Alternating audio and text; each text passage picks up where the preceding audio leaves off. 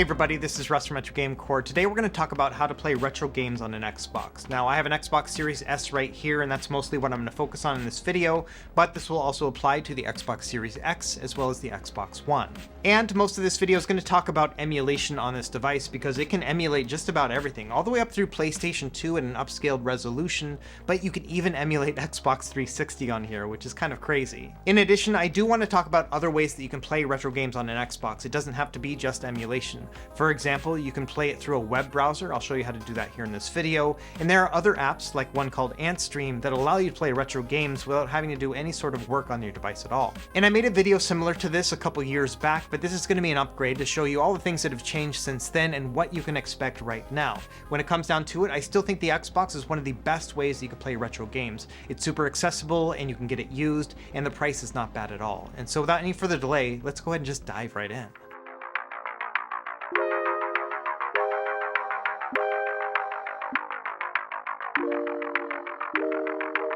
Okay, to start, let's talk about your Xbox options. Like I mentioned before, I'm going to be using an Xbox Series S in this video here. And the starting price for a new Series S is $299. There's also an upgraded version for $349. This one will have double the storage at 1 terabyte and will come in black.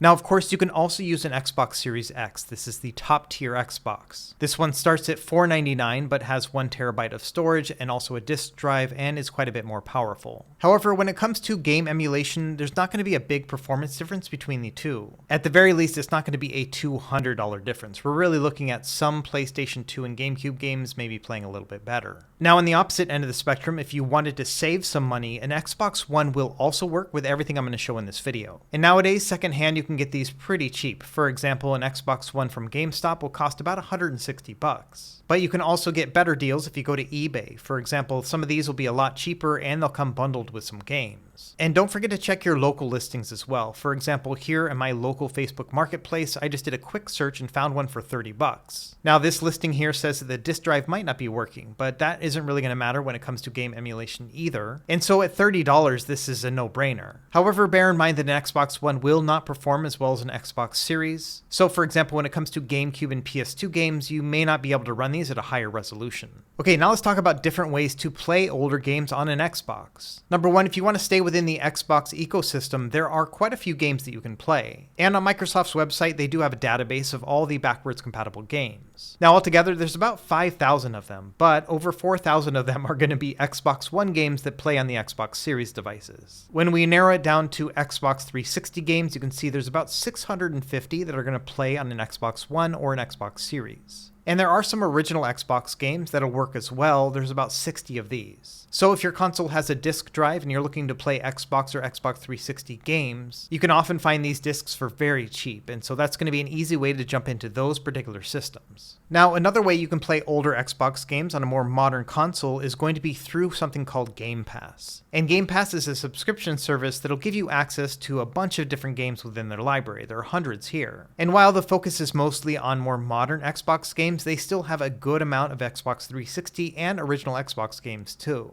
And so if you pay for this service, you can browse through the library and then download these games directly onto your console to play. But of course, bear in mind that Game Pass is not free. It's going to cost you $10.99 a month for the console version. And then there's also something called Game Pass Ultimate. This one is $16.99 and also allows you to stream the games from the cloud. And it also includes Xbox Live Gold, which allows you to play with your friends. And also the PC version of Game Pass in case you have a computer and you want to play the same games on there. So yes, when it comes down to playing Xbox 360 and original Xbox games, you have quite a few options here. And we also have a few options when it comes to playing retro games. We're going to start with this one here called Antstream. And this is an app that's been around for a while now. In fact, a couple years ago, I tried it out on Android. But just last month, they released an Xbox version. And in the purpose of full disclosure here, the Antstream team did send me over a code to try this out, but I'm not being paid or sponsored in any way. Now, the way that Antstream works is it's basically a library of games that they have licenses for. And as of making this video, there are over 1,400 that are available right now. And as you'll see through the footage here, a lot of these are going to be older arcade games, and there's also a bunch of old computer games, things like Amiga and Commodore 64.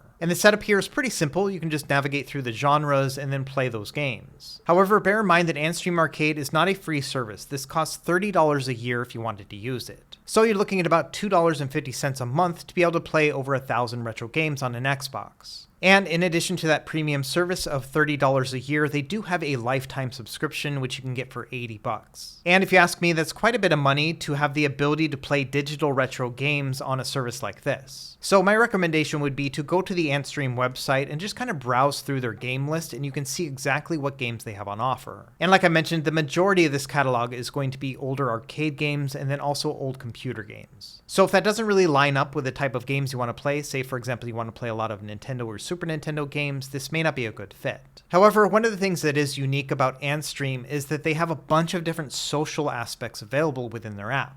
Anytime you log in, you're just going to be bombarded with different options when it comes to tournaments that you can log in and try out. And some of these are like monthly or weekly or even just spur of the moment tournaments that you can just jump into. And I do like this aspect here. You can even go in and challenge your friends to certain games to see who can get the highest score. Either way, the way this works is you can go into the Tournaments tab and then you'll see different options there, and then you can read up on it and then decide whether or not you want to try it out. One of my favorite things about this is that it does motivate me to try games that I wouldn't really consider otherwise. So if you're the kind of person that likes chasing these rewards, this might be actually a really fun experience. Anyway, that's Antstream in a nutshell. You'll have access to a bunch of different retro games, but it may not particularly be the games you want to play. And also bear in mind it's not free, you'll have to pay to be able to play them. Now, a different service that is completely free is called WebRcade. And I've already made a couple videos about WebRcade on this channel, including a full tutorial. But essentially, the way this works is that you create your own cloud-based feed of retro games, and then you can access your games through a variety of different browsers. For example, you could just use a browser on your computer, but then also maybe on your phone, either iOS or Android. And of course, for the purpose of this video, you can also use Microsoft Edge on your Xbox. And the way this works is that you can host your own games. So in the example I used in my tutorial videos, I just saved all the games to my Dropbox. From there, I went into the WebRcade system on my computer and then just set everything up. And it does take a little bit to kind of get all that spun up. I would say maybe an afternoon altogether. From there, you log into your own feed from a browser and you can access all of your own games. And the cool thing here is that you're not actually streaming these games. You're loading them directly into the browser and playing them from there. That means you won't have any internet-related latency when you're trying to play these games. In addition, this supports a ton of different systems, basically all of your 8 and 16-bit systems. Plus, you also have access to arcade games and Nintendo 64 as an experimental emulator. Not only that, WebRcade supports cloud saves, so if you save your game on, say, the Xbox, you can resume that same game on your phone or a web browser. So the way I see it, if you just want to play Nintendo and Super Nintendo games on your Xbox and you don't want to be bothered with setting up everything else that we'll be talking about for the rest of the video, I think that WebRcade is a great solution. You can just make it a bookmark in your Microsoft Edge browser on your Xbox and then access it anytime. Now, a couple notes about WebRcade. Some games may not play well on an Xbox One just because it's not quite as powerful. And even on an Xbox Series S, some Nintendo 64 games do not play at full speed. Cruising USA is a good example. So again, I think this solution works best when it comes to 8-bit and 16-bit games. Okay, now let's get to the meat of the video here, where I'm going to talk about emulating directly on an Xbox. And the method I'm going to focus on here in this video is called the dev mode method. And the way this works is actually completely official and above board. Essentially, what you do is you register your Xbox account as a developer account, and then on your Xbox you activate something called dev mode. And this is a sandbox style environment, and within here you will install your emulators. So the best way of thinking about it is kind of like dual booting. You're going to boot into a different partition, and within there you're going to play all your emulated games. If you're going to be playing more of the classic systems, the majority of your time is going to be spent within RetroArch. This is going to be a catch-all emulation environment that'll allow you to play all the way through Nintendo 64, Dreamcast, and Sega Saturn. And we also have a variety of standalone apps that we can use within the dev mode environment too. For example, there's now a standalone Dolphin emulator. This will allow us to play GameCube and Nintendo Wii games at upscaled resolutions, and they play great. Same thing with PlayStation Portable. We can use the standalone app for this too, and it works really well. In addition, there is a fork of PCSX2, which is a PlayStation 2 emulator. And this one here is called XBSX2, and it also runs really well.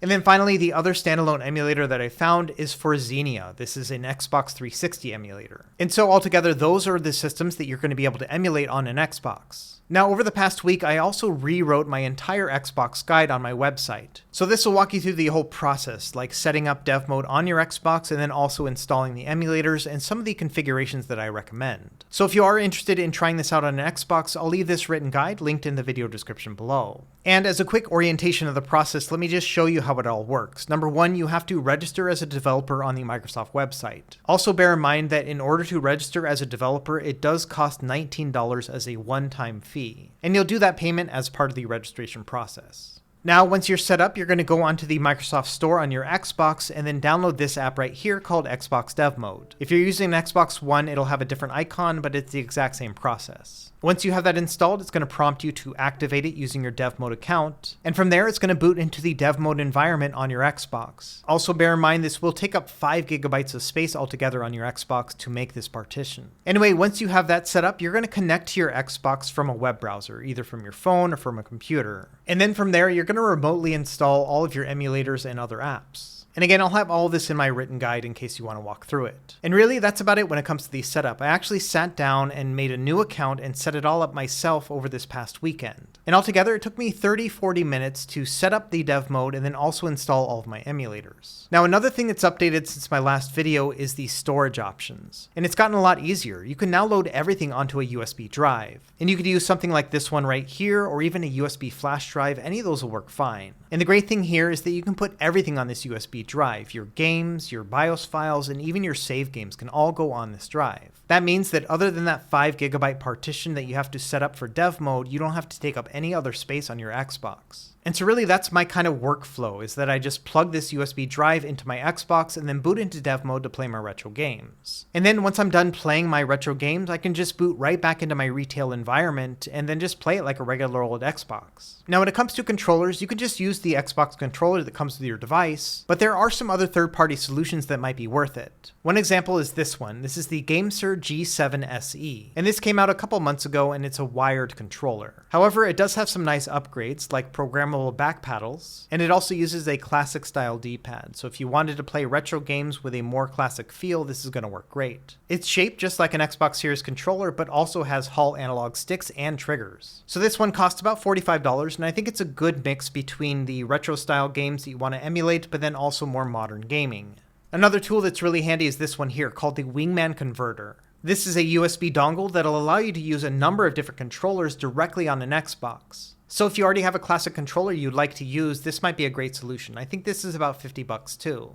Okay, with the setup out of the way, now I want to just talk about the experience of playing some of these retro games on an Xbox and what you can expect. And what I'm going to do is I'm going to start with the most basic of systems like Game Boy and then work my way up from there. And for all these classic systems, we're going to use RetroArch. If you're not familiar with RetroArch, it is very powerful, but also has a bit of a learning curve. And so down below in the video description, I'll also leave linked a full starter guide that'll walk you through the entire process of how you get this set up. Either way, as you can see right here on screen, I do have it all configured already, and I've also added a bunch of playlists to be able to navigate through my different systems. And the nice thing about RetroArch is that there are a ton of different configurations that you can do that are basically universal across all of these platforms. So starting with something like Game Boy, I can add what they call colorization. That'll make it have like an older, like green look to it. And so if you wanted to relive some of those classic moments from the early 90s with a green Game Boy, you can do that here. Another important factor you can do within RetroArch is use a variety of shaders. And these are basically overlays that will replicate older screens. So for example, with Game Boy and Game Boy Color, I can use an LCD3X shader. This is going to replicate those old LCD panels that you found on those devices. Same thing with Game Boy Advance, we can use a shader here to replicate that old screen. And I've also enabled a color correction option on both Game Boy Color and Game Boy Advance to give it a more muted color like how it was on the original display. And of course, all these systems are going to play absolutely fine here, no problem whatsoever with the Xbox. Sticking with handheld systems, another one I recommend using with RetroArch is Nintendo DS. Now unfortunately, Nintendo DS doesn't run super great on RetroArch, so for example, you can't upscale the 3D textures very well. So instead, I just kind of play everything at the native resolution, and honestly, it doesn't look so bad anyway. However, just bear in mind that it's best to not play games that require touchscreen just because it's a little bit awkward to try to replicate that with a controller. So that might limit the catalog in terms of which games you'll actually want to play. Moving on, let's try out the home console system, starting with the original NES. Now I've done a couple different things here to modify the image. Number one, I've added a really heavy-duty shader. This is called a Royale shader. These are some of the hardest to run, and many computers and video game systems are not able to run this shader, but the Xbox can do it no problem. And this shader just looks wonderful in real life, especially on a modern display. So if you wanted to play these games on a bigger screen but with that older CRT look and feel, then I think this is going to be a great fit. And I have all these suggested configurations in the written guide down below. And it's going to be a very similar story when it comes to the 16-bit systems, things like Super Nintendo and Genesis. Here I'm using a different CRT shader called Aperture. This one's a little bit more lightweight, but I think it looks really nice too. And for Super Nintendo in particular, I am using a heavyweight emulator called BSNES. This one is super accurate, but still runs at full speed, even with a shader here on Xbox. And of course, when it comes to the Sega Genesis systems, like the original Genesis, the Sega CD, and the 32X, all these are going to play just fine too. And of course, there are dozens of different home console systems that you can also play within RetroArch. So not only your Sega and Nintendo systems, but things like PC Engine or TurboGrafx-16, and then also some of the more old school systems, things like Atari, as well as ColecoVision, all those are going to play within RetroArch too. In addition, arcade games play really well on RetroArch, so that's going to include all of your classic 80s and 90s games. Basically everything up through mid to late 90s are going to play just fine. And same thing goes here, you can use different CRT shaders to replicate those old arcade screens. So again, really it's just sky's the limit in terms of arcade and old school games. Whatever you want to play will be able to be played on an Xbox. Next, I want to talk about 3D based systems. These are going to be those that use 3D polygons starting in like the early to mid 90s. And you've got a couple options right here. Number one, you could use a CRT shader to kind of replicate that old school 3D feel. So for example, with PlayStation 1, I'm playing Crash Team Racing with a CRT shader. And I think it looks really good. We have these nice chunky pixels. However, one of the things you can do with these systems in particular is that you can upscale those 3D polygons. So instead of using a shader right here, I'm upscaling the game to 1080p. And this is a 5 times upscale of the original resolution. And depending on the game, this will look really good. It kind of looks like a remastered version of an old school game. It's really going to come down to what look and feel you prefer when it comes to playing these systems in particular. And really no judgment here, but I think personally I prefer to use a CRT shader just to give it that old school look. One system in particular that really benefits from these shaders is going to be Sega Saturn. To start, we're using a heavy-duty emulation core called Beetle. This one has a high degree of accuracy, which means it's going to look very similar to the original Saturn, but it also has a high hardware requirement. Thankfully, the Xbox can handle it. And not only can it handle the Beetle core with Sega Saturn, but it can also handle a heavy-duty shader like the CRT Royale one. And this is an excellent solution for a number of reasons. Number one, that Beetle core is not capable of upscaling to those higher resolutions, so you are going to be stuck with those native kind of crunchy pixels. However, that CRT Royale shader will smooth everything out and make everything look just a lot more dynamic. In addition, there were some old school Sega Saturn games that had interlacing problems when you try to emulate them. And thankfully, the CRT Royale shader can mask that process altogether. And so this is kind of the best of both worlds. Not only are we going to be able to play these games with a high level of accuracy, but we can also use a heavy-duty CRT shader to make everything just look a lot more dynamic and then also remove that interlacing. So if you're a fan of the Sega Saturn, this is one of the best ways I've ever seen to actually play that system. Moving on from there, let's stick with these 3D based systems, so Nintendo 64 is up next. And this one's in the same boat where you can upscale it to a 1080p resolution, or you could also try those CRT effects. Either way, regardless of what game you're playing and how much you upscale it, you will be able to play all of these games at full speed, including some of the harder to run games like GoldenEye 007. Moving over to Sega Dreamcast, this one can also be upscaled to a 1080p resolution, and it is going to play at full speed. In addition, many of these Sega Dreamcast games are capable of being played in a widescreen resolution. And this is as simple as just going into the options and turning on widescreen cheats. And again, I'll have all those configurations listed in my written guide below. Either way, all of these games are going to play at full speed on the Xbox, even upscaled to 1080p. Okay, those are all the systems I like to play on RetroArch. From now on, we're going to talk about those that have a standalone emulator. And we're going to start here with PlayStation Portable or PSP. Essentially, this one will work just fine out of the box. All you have to do is just turn on the upscale. So for example, here I'm using a 4x upscale or 1080p. And same thing here, absolutely every single game played at full speed. You can even up-res it to 4K if you'd like. And it's actually a similar story with GameCube and Nintendo Wii. These can also be played through RetroArch, but it is pretty complicated to set them up. And so for this one too, I would recommend using the standalone emulator. This one's also been pre-configured, so it just works really well out of the box. And along with the other systems, this one can also be upscaled to a 3x resolution. However, one thing to bear in mind when using Dolphin standalone is that you will get some stutters here and there, and that's coming from a process called shader compilation. The way this works is that when a new graphic will show up on the screen, you'll get a little bit of a pause as it starts to compile it. However, the next time that object shows up on the screen, you will not have that stutter. So it's one of those cases where the longer you play the game, the more smooth it's going to be. However, just bear in mind when you first start playing some of these games, you will get a stutter here and there. And the same thing's going to apply when it comes to playing Nintendo Wii, also on that same emulator. All these games will also play at a 3x resolution, no problem. And this also has the controller settings pre-configured. So for example, it's very easy to swap between playing with a Wiimote and a nunchuck, and then maybe playing with the classic controller setup. However, just bear in mind that motion controls don't really work with this emulator, so for example, you wouldn't be able to play Wii Sports. But for other Wii games that had a more traditional input style, they're going to work just fine. And next up, we're going to try the PlayStation 2 emulator. Again, this is a standalone one, even though you can use it in RetroArch. The standalone one just works really well out of the box. It has a lot more options in terms of hacks and configurations, and it's also going to be pre-configured to upscale to a 1080p resolution. And I gotta say, this emulator works super well. In fact, it doesn't have any of those shader compilation issues like you have with GameCube and Wii. And no matter what PlayStation 2 game I threw at it, including the hardest to play games like God of War 2 and Champions of Norrath, all of these games played at 100% full speed on my Xbox Series S upscaled to a 1080p resolution. So given the performance that I'm seeing here, I am comfortable in saying that every single PS2 game that you want to play is going to play on the Xbox.